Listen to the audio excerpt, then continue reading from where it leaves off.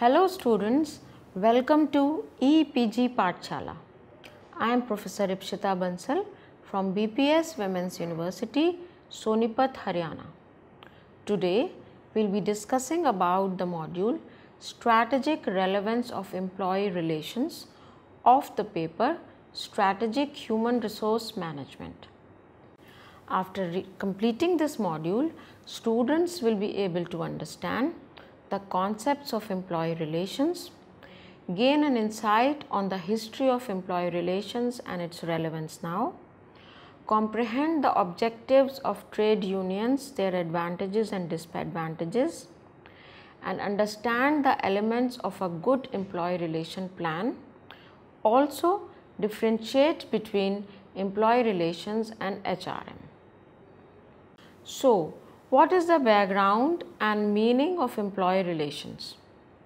Employee relations is the relationship which exists between employers and employees, employers and trade unions as representatives of workers and staff, and employer and the state as the third party. A positive employee relations environment characterized by congenial relationship between management and the workmen based on mutual trust, collaborative orientation and joint problem solving and decision making is a prerequisite for not only industrial peace but also for improved effectiveness and sustained growth of the organization. Employee relations is the composite result of the attitudes and approaches of employers and employees towards each other with regard to planning, supervision, direction and coordination of the activities of an organization with minimum efforts and friction, with an animating spirit of cooperation and with proper regard for the genuine well-being of all members of an organization. Employers follow one of the following three approaches to industrial relations. First is my boat attitude, get off if you do not like it. Second is shared boat attitude, we sail together, do not rock the boat. Third is our boat attitude, it's our common enterprise, let us combine our efforts to better it. Fourth, your boat attitude, with a sense of ownership and pride, the purpose is to let employees wholeheartedly contribute to the cause of the enterprise. So let's now understand the historical perspective of employee relations. The term industrial relations came into common usage in 1910s, particularly in 1912 upon the appointment of a commission on IR by the US President William Taft.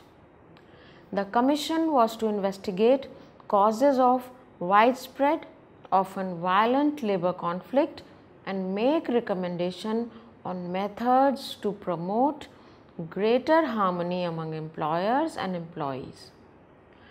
Post World War I, with the demand for industrial democracy in early 1920s, universities began to teach industrial relations to understand the dynamics of employer-employee relations.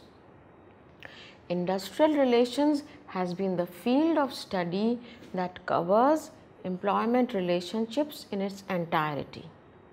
In the present day scenario, membership in unions, industrial relations is declining due to the following reasons. Automation, globalization and technology have reduced jobs in unionized manufacturing sectors. unions have been more successful in organizing workers in public sector. Management has become better at resisting union organizing efforts. Employers now use the term employee relations, which refer to the relationships that exist in both unionized and non-unionized workplaces.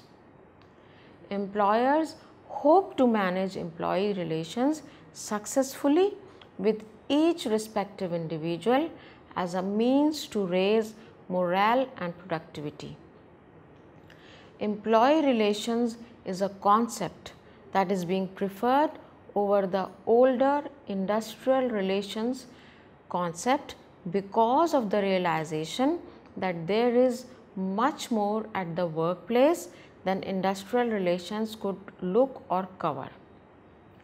In general, employee relations can be considered to be a study of relations between employees as well as employer and employees so as to find ways of resolving conflicts and to help in improving productivity of the organization by increasing motivation and morale of the workers. Let's understand Dunlop's model on industrial relations system. John Dunlop defined industrial relations as a complex of interrelationships among managers, workers, or their organizations and government agencies. These dramatists, personnel or actors combine to create a complex of rules and practices which ensure that they function together without constant conflict. These actors are hierarchy of workers and their organizations, hierarchy of managers and their associations, government agencies, and how and why they interact or respond. So, he gave a model which is shown in the diagram. Industrial relation takes place in various types of environment. In the center of the rectangle, we see three circles or three circular shapes. These are the economic factors which relates to government, labor and business. Then there are also socio-political factors and technological factors. Encompassing these is the value system of the people, of the employees and the employers.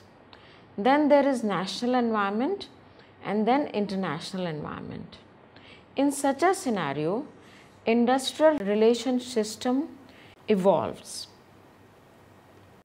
Let's now discuss the relevance of employee relations in today's business context. Employee relations following the human resource development approach focuses on involvement and participation of each employee with the aim to bring in commitment and mutuality of interest towards the total organization. The strategic employee relations approach aims for the creation of a sense of belongingness in all through various interventions in collaboration with the HR function for the creation of an enabling work climate. In today's context, business functioning is highly complex, involving the management of not only internal resources such as people, capital, etc., but also and most importantly the external environment. With employees at all levels having much more opportunities, in this scenario managing employer-employee relations become much more challenging. In the table below we can see the paradigm shift in employer-employee relationships. In the first column is the aspect of relationship. Second column talks about the relationship in the secondary or manufacturing sector, and the third column talks about relationship in the tertiary, service or high-tech sector. So first is wealth base. In the manufacturing sector, the wealth base is money and capital. And in the tertiary sector, wealth base is mind and knowledge. Second, human energy. In the manufacture sector, human energy is machine tending skill. In tertiary sector, human energy required is brain and mind. Third aspect is relationship.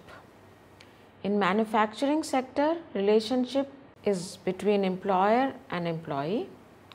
In tertiary sector, the concept is that of partnership. With the aspect of leadership, in manufacturing sector, the leadership was paternalistic. In tertiary sector, it is consultative or participative. When the aspect is motivation, in manufacturing sector, people were motivated by favoring them. In tertiary sector, people are motivated by fairness and equity. When the aspect is communication, in manufacturing sector, communication is two-way, and sometimes it could have been one way also from top to bottom. But in tertiary sector, the communication is open and transparent. When the aspect is productivity, in manufacturing sector, it depends upon hard work and control over worker.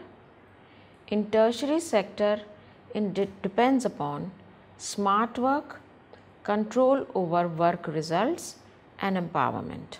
When the aspect is employee development, in manufacturing sector, it is considered as investment, and in tertiary sector, it is considered as involvement. With respect to management approach, in manufacturing sector, the management approach used to be direction and control. In tertiary sector, it is consensus and commitment.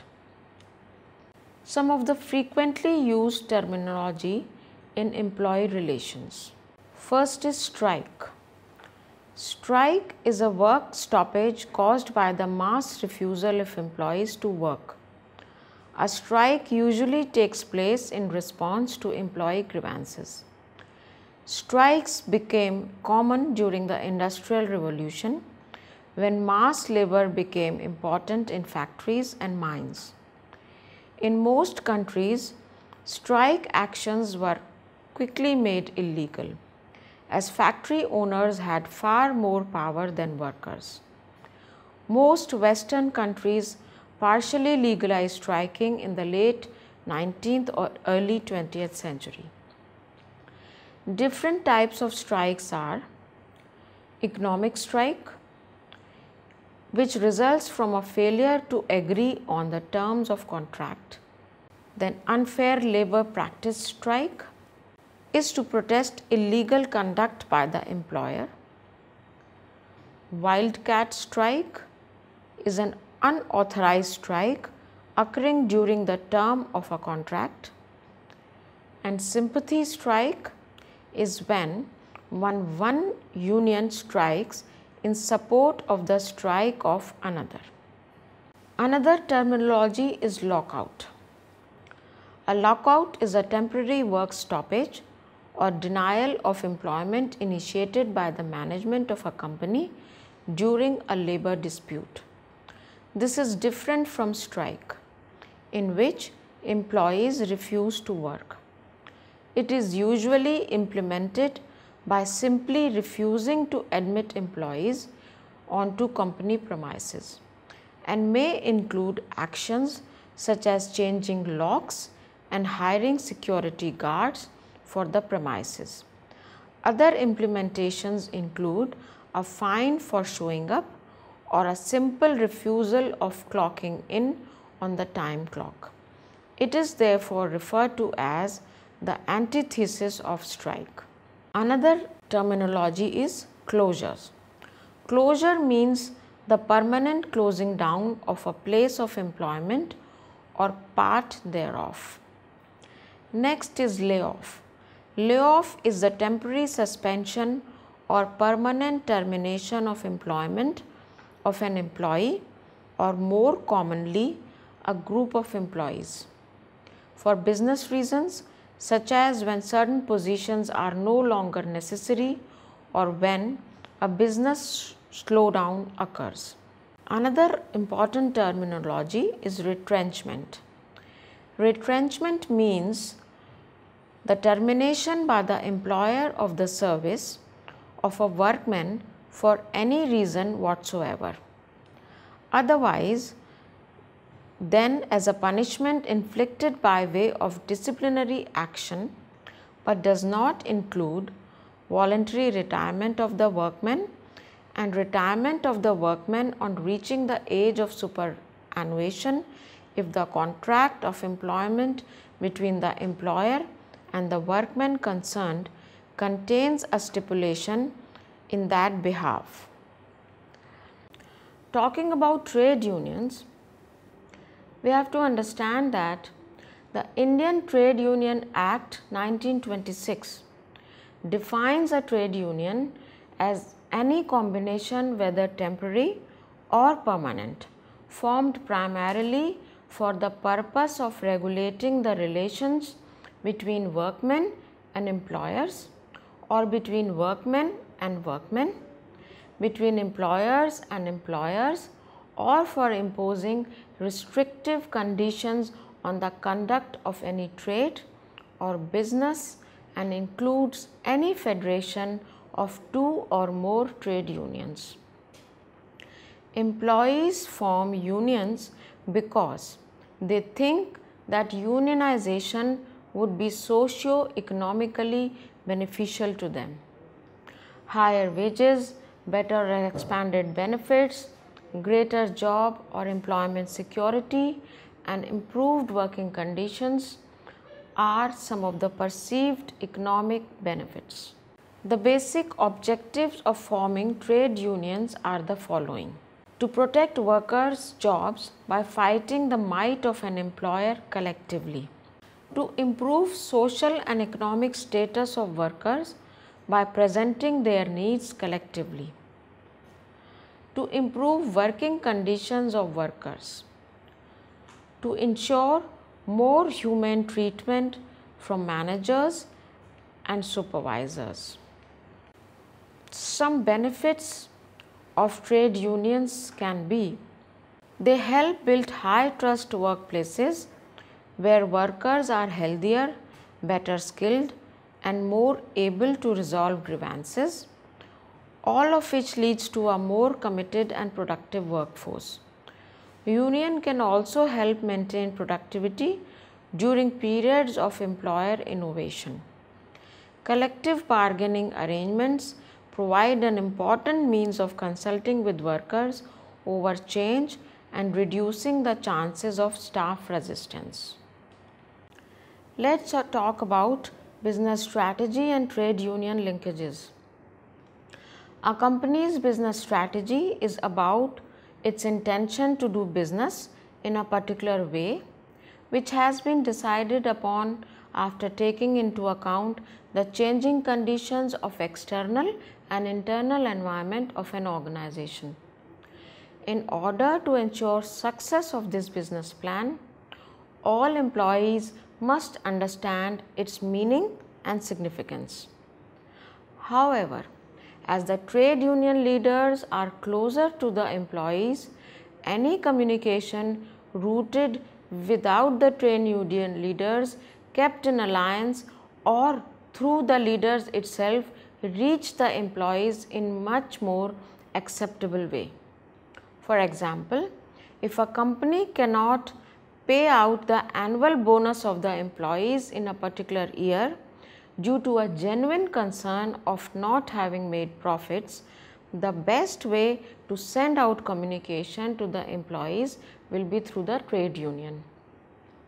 Also, this collective body can facilitate the generation of new ideas on how to cope up with certain types of problems such as external competition, coping up harmoniously with falling financial health, etc.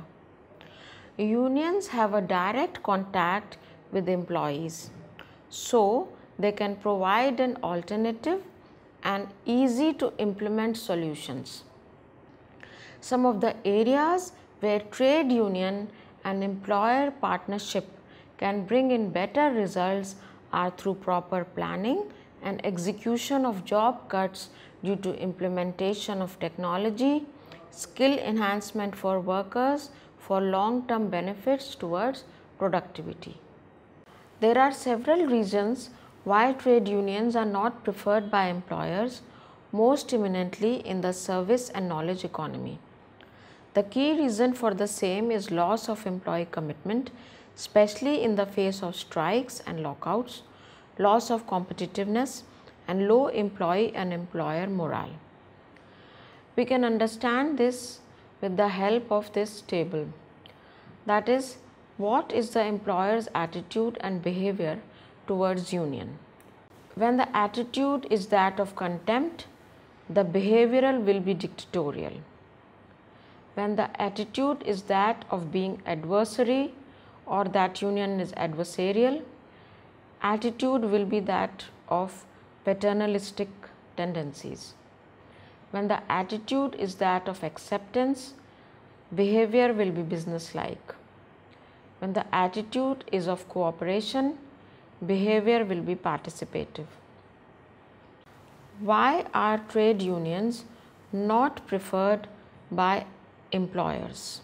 First, time lost in information transfer.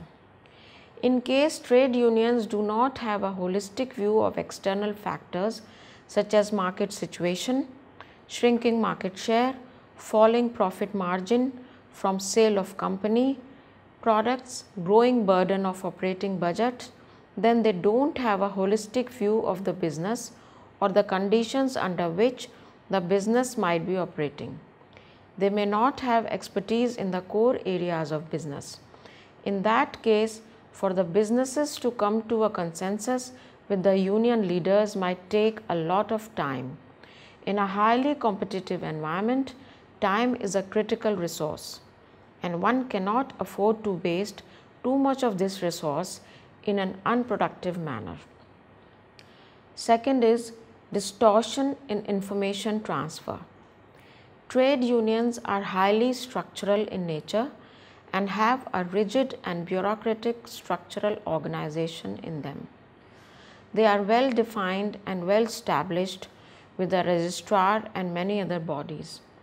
Information flow has to move in a well channelized approach and through the structure.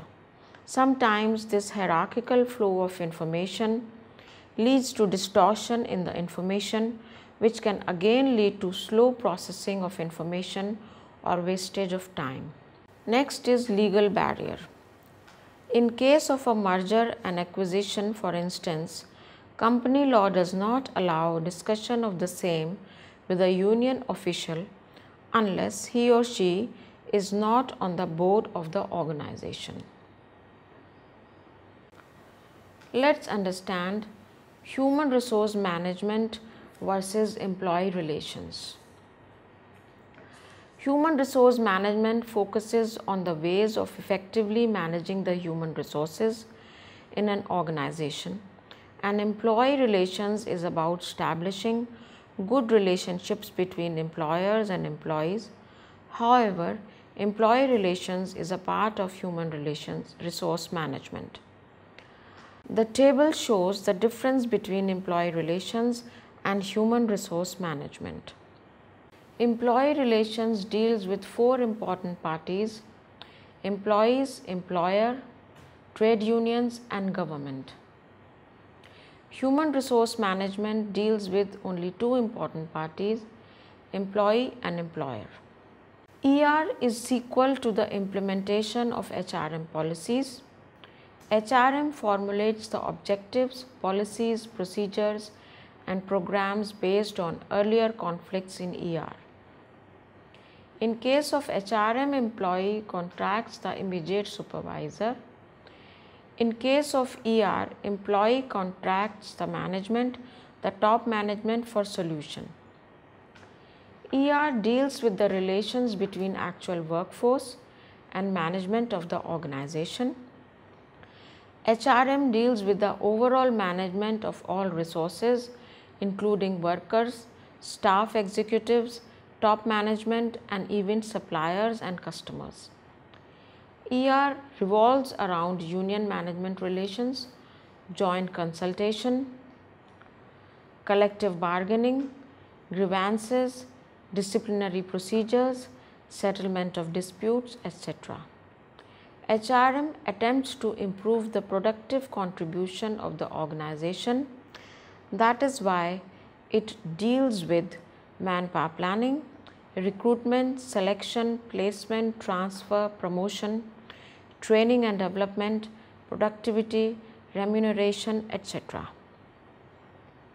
For positions that are highly mechanical with limited opportunity to acquire new expertise or skill, employment contracts with employees are generally made in a standardized format.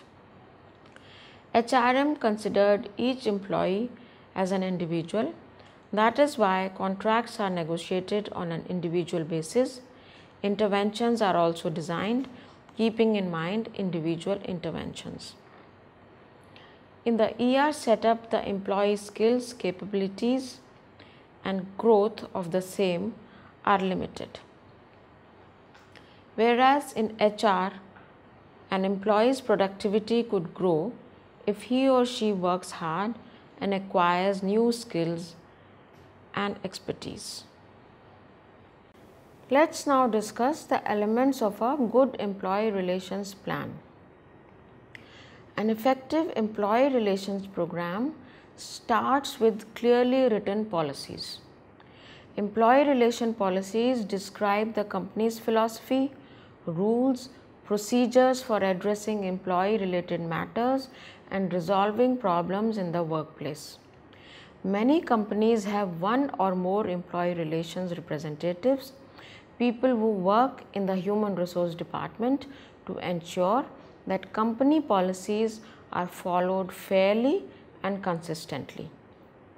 Employee relations representatives work with employees and supervisor to resolve problems and address concerns. An employee relations program is not a one-size-fits-all solution. Strategy for good employee relations can take many forms and vary by a number of factors, including industry, location, company size, and even individual leadership philosophies.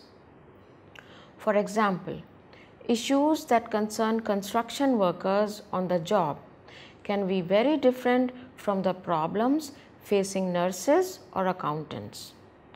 Nevertheless, there are some elements that all good employee relations programs share. So, how can we develop better employee relations? Some of the suggested ways of developing and maintaining good employee relations are discussed in this diagram. Invest in developing trade union leaders. Availability of a right leader is one of the essential requirements for success of collective bargaining.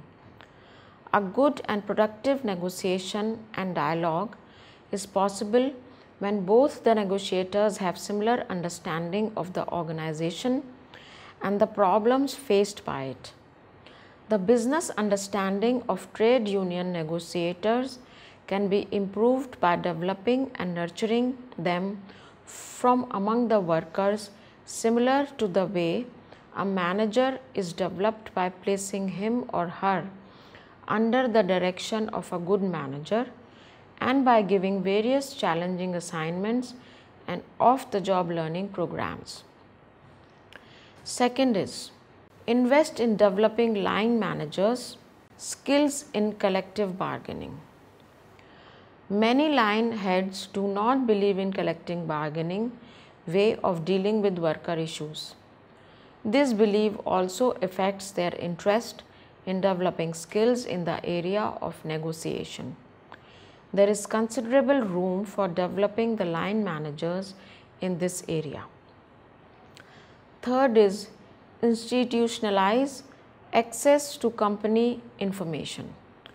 Much of the distrust between management and trade unions can be traced to managerial reluctance to share information about problems faced by an organization.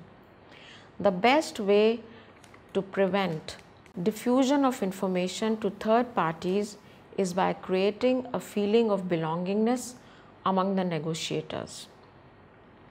Fourth is institutionalize a collective bargaining structure.